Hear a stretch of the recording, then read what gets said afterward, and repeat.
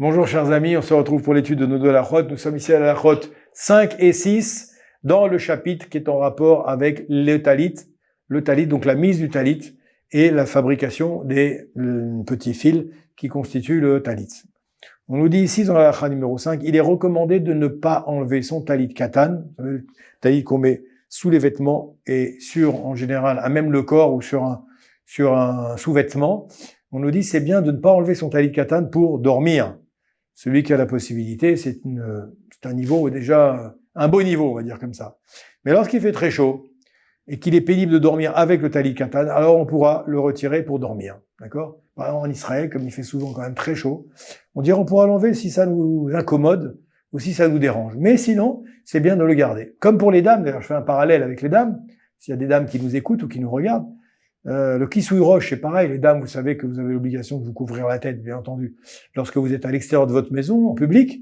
Et nos chachamim de rajouter que c'est même bien de garder le kisui roche à la maison. À la maison. Quand personne nous voit, il n'y a que le mari qui est là, d'accord? C'est bien de le garder. Et c'est bien de le garder aussi quand on dort.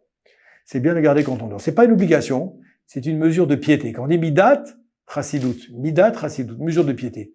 D'ailleurs, mesdames, on dit de Sarah Imenu, la grande patriarche Sarah Imenu, la femme d'Abraham Avinu, que de toute sa vie, même les murs de sa salle de bain n'ont jamais vu sa nudité. Vous imaginez? Les murs de sa salle de bain, dans sa salle de bain, elle s'est toujours arrangée pour être le moins possible dénudée. Vous comprenez? Pour se montrer le moins possible dénudée, même dans sa baignoire, même dans ces endroits où elle est en principe toute seule, c'est sûr qu'elle est toute seule, eh bien, elle faisait très attention à la pudeur.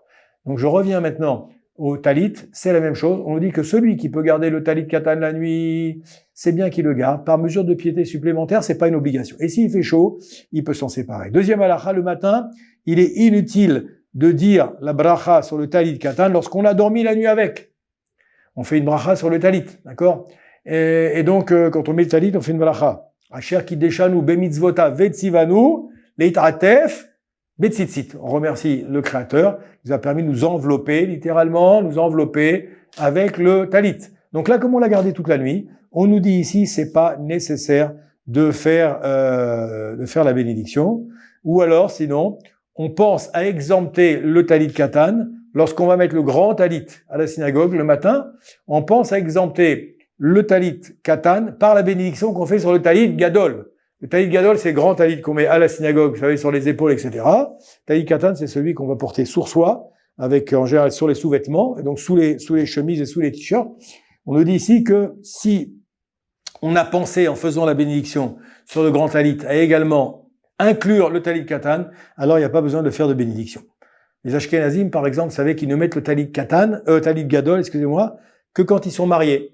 Tant qu'ils sont pas mariés, ils ne mettent pas de talit gadol, ils ont que le talit katan. Et c'est avec le talit katan qu'ils vont prier à la synagogue. Donc eux, on nous dit ici, comme ils n'ont pas de talit gadol, ils devront faire la bracha sur le tzitzit qu'ils mettront sur le talit katan. Mais celui qui a un talit gadol à la synagogue et qui a pensé au moins une fois à acquitter le fait qu'il va mettre un talit katan, on n'aura pas besoin de faire la prière sur le talit katan. N'oubliez pas en bas les halachot, le téléphone, excusez-moi, si vous souhaitez avoir des informations complémentaires sur ces halachot que nous avons fait aujourd'hui. À bientôt pour des nouvelles halachot.